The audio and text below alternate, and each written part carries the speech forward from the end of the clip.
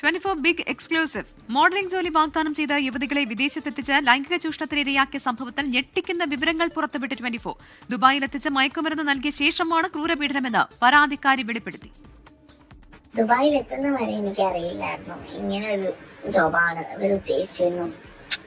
ഇങ്ങനത്തെ ഒരു വർക്കിന് വേണ്ടിയാണ് എന്നെ കൊണ്ടുപോയതെന്നും എനിക്കറിയില്ലായിരുന്നു.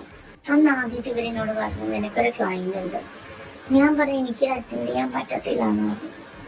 ആ സമയത്ത് എന്നെ പിടിച്ചൊരു കുട്ടി അടിക്കുകയും ബലമായിട്ട് ഡ്രിങ്ക്സില് എന്തോ ഒരു വെള്ളപ്പൊടി കലക്കി തന്ന് കുടിപ്പിക്കുകയും ബോധം പോകുന്ന രീതിയിലാക്കിയിട്ട് അവരുടെ വേറെ ആൾക്കാർ വരെ പോവുകയൊക്കെ ചെയ്തിരുന്നത് അങ്ങനെയാണ്.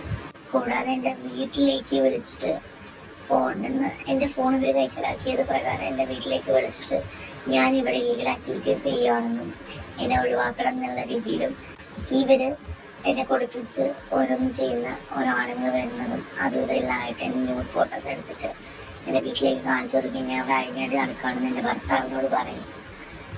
നാടിൽ മുഴുവനും പ്രചരിപ്പിച്ചു ഈ ഫോട്ടോ കാണിച്ച് എന്നെ ഭീഷണിപ്പെടുത്താൻ ഈ സൈറ്റുകളിൽ ഇടുന്നു, എൻ്റെ കുഞ്ഞിനെ കൊന്നു കളയുന്നു എല്ലാം പറഞ്ഞ് ഭീഷണിപ്പെടുത്തി അവിടെ നിർത്തി.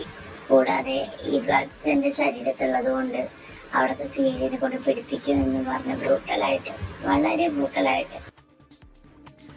സംഭവത്തിന് പിന്നിൽ രാജ്യാന്തര സെക്സ് റാക്കറ്റിന്റെ പ്രധാന കണ്ണികളെന്നാണ് പോലീസിന്റെ കണ്ടെത്തൽ. അന്വേഷണത്തിന് എറണാകുളം DCPയുടെ നേതൃത്വത്തിൽ പ്രത്യേക സംഘത്തെ രൂപീകരിച്ചിട്ടുണ്ട്. വിവരങ്ങളുമായി വിഷ്ണു സുരേഷാണ് കൊച്ചിയിൽ നിന്ന് ചേരുന്നത്.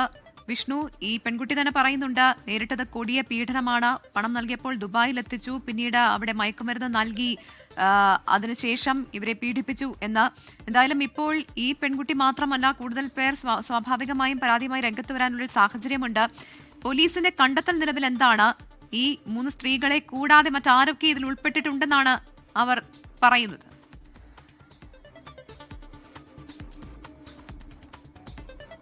കൂടുതൽ സ്ത്രീകൾ ഇതിൽ ഉൾപ്പെട്ടിട്ടുണ്ടാകും, ഈ റാക്കറ്റിലെ വലയിൽ പെട്ടിട്ടുണ്ടാകുമെന്ന വിലയിരുത്തലാണ് പോലീസുള്ളത്. പക്ഷേ അത്തരത്തിലൊരു പരാതി ഇതുവരെ ലഭിച്ചിട്ടില്ല. ആകെ ലഭിച്ചത് 2 പരാതികളാണ്. ആ പരാതിയിന്മേൽ FIR രജിസ്റ്റർ ചെയ്തു.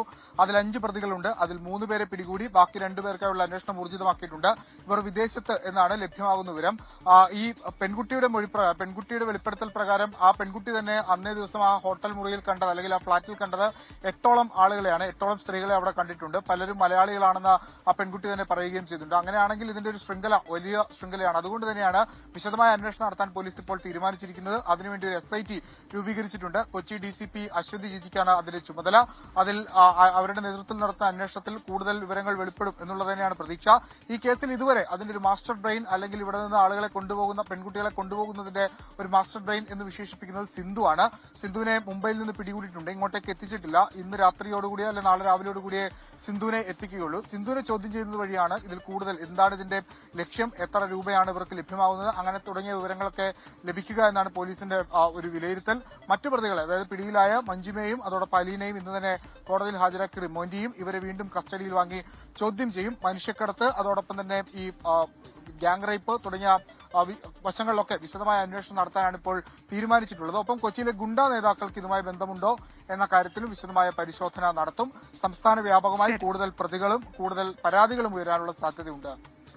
വിഷ്ണു സുരേഷാണ് വിവരങ്ങൾ നൽകിയത്.